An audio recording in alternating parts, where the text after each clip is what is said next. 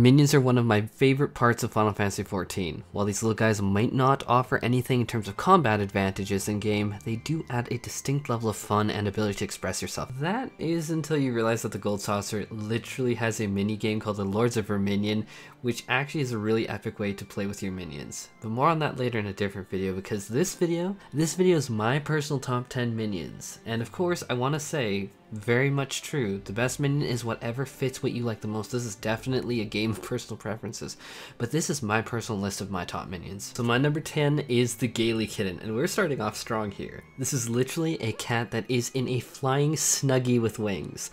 I don't really know what else I need to say. This is one of the most ridiculous things I have ever seen, but it is so cute. Cats are super cute pets, Snuggies are awesome, flying Batman wings are funny. Now combine it together and you have the Gaily Kitten.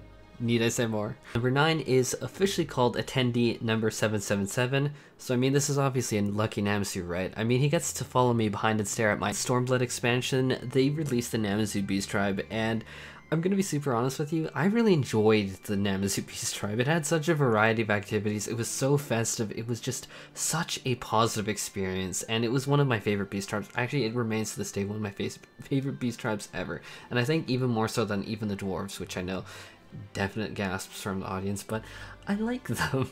And so for me, it's just like being able to keep a little part of that in this minion really does make me happy to take forward. Also, Little Footsteps are super squeaky and super cute, and probably annoy the sin out of anyone around you. My number 8 is the Fat Cat, and no, I'm not talking about me. When it comes to excellent minions that are well loved in this game, few things are quite as powerful.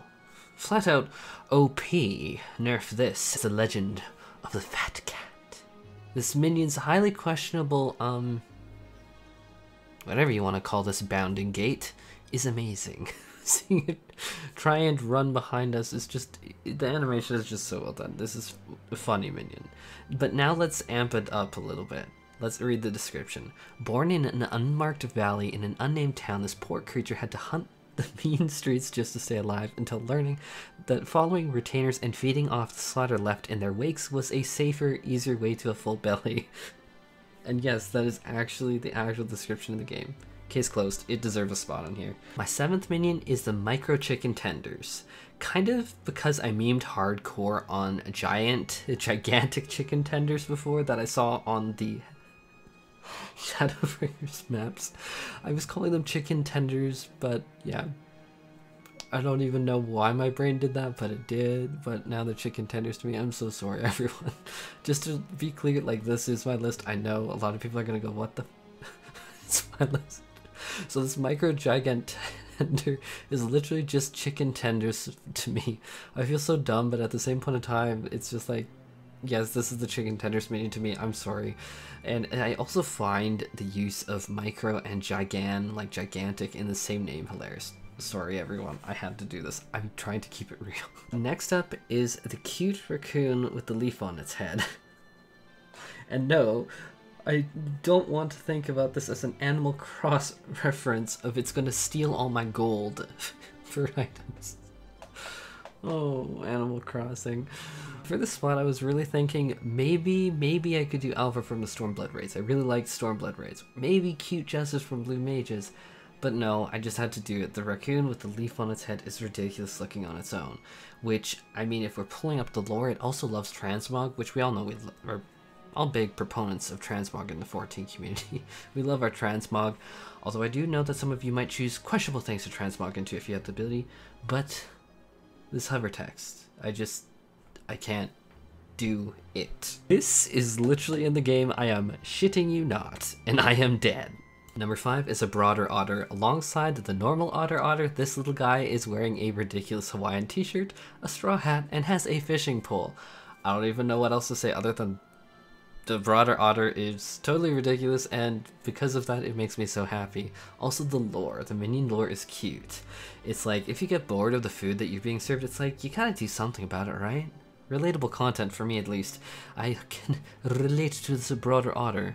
and probably the regular Otter lore some days when I want to pronounce words correctly like Deluvium Rechene. My number 4 is Palico. For Monster Hunter World crossover event, we have our very own Palico, and for anyone who's played Monster Hunter World, I know that the Palicos are super loved in that community, and for a lot of reasons. I mean, they are badass, and I'm just sad that unlike Monster Hunter World, I cannot change its colors into something morbidly offensive to the eyes and then just equip it with tons of gear for Pokemon Palico.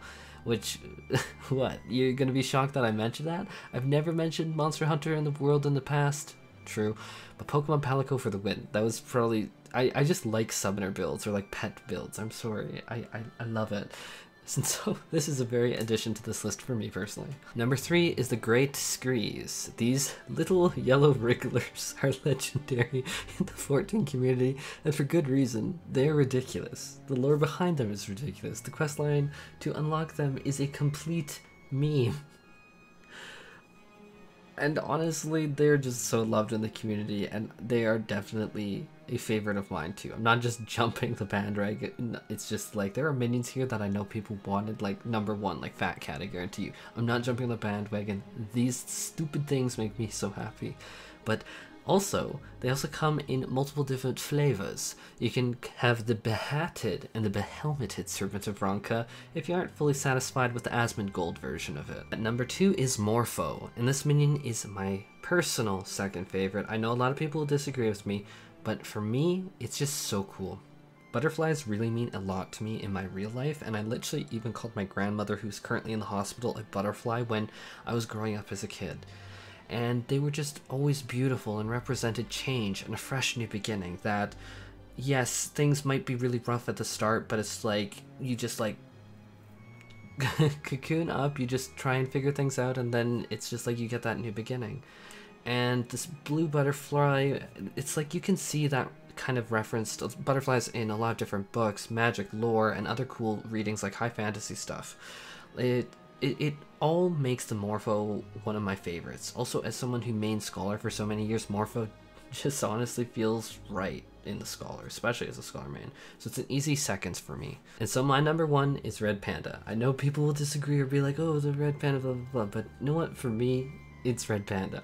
And so the Red Panda, they are one of my most favoriteest of favorite animals in real life. They are so cute, they are fluffy, and they always seem happy. Like, you see these videos, even of them like play fighting, and it's just like, they just seem happy, which all flat out makes me super happy. Also, you can beckon him to like scurry up your backside and just rest there, which is just amazing. Like, you're just gonna like walk around and like have him up there, and it's just like he's just gonna be on the shoulder as you run around doing various tasks, or even just sitting at your house, and really it's just like you just look at the face, like close up on the face. It's like, this is so cute, it makes me so happy. And so yeah, Red Panda, easy number 1 for me. It makes me super happy. Anyhow, that is just my list, but we have so many minions in 14 that it's kind of crazy to think that my 10 would actually be the 10 quote-unquote best. It's all personal preference, but I want to know, what are your favorite 10 minions? But more honestly, with a lot of new players coming in, actually I'm pretty sure a lot of other people would be curious, so share what yours are, and hopefully this gives some people some good ideas about what kind of minions are out there. Maybe you found a favorite already.